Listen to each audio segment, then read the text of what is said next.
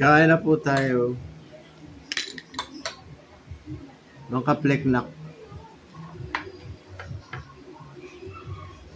Mga kabarding.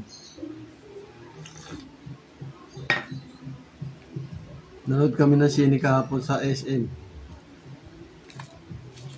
Nasa ba yung ticket natin? Doon sa bag ko, yun o, yun sa gilid, ayun o, yung kitang-kita, yun.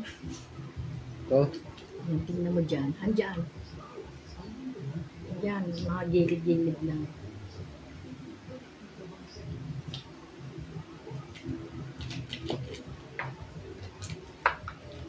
Akin na nga ako. Akin na ako. Wala eh. Meron din siya.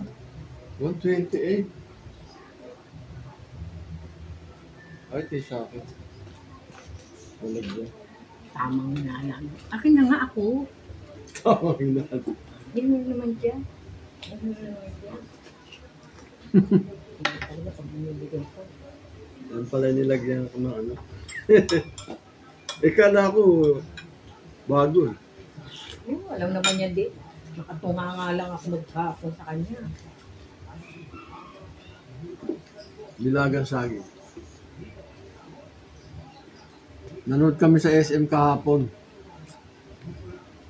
Ano, yung maganda, halos puro sa inyo nanood, libre. Ngayon, yung sistema pala ron, represent nyo yung ID nyo, senior ID. Tapos, Booklet.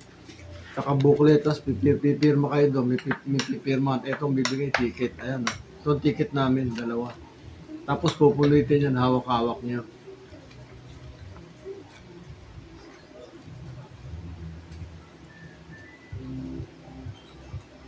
Maganda rin yung panood namin. Nung una, nakakaantok eh. Yung bandang gitna na yun. Ano na siya, yung... Nakalagay yung weapons. Ano na siya, yung ano, suspense thriller, horror.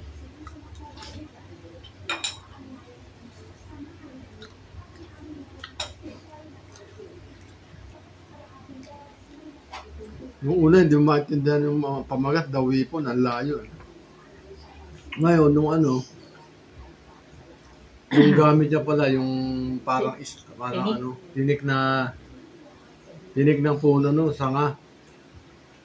Tapos pag pinutol niya yung buhok ng isang tao, pinulupot niya tapos binali, ano ka muna niya, i-hypnotize na, utusan ka, ikaw ang papatay doon sa may-ari ng buhok. Hindi ganda eh.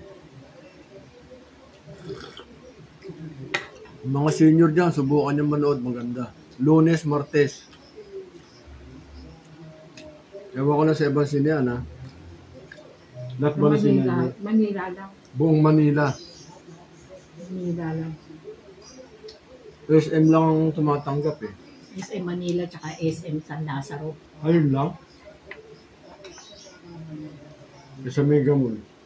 Hindi. Sa Hindi nasakop ni ano yun. Yung Isko.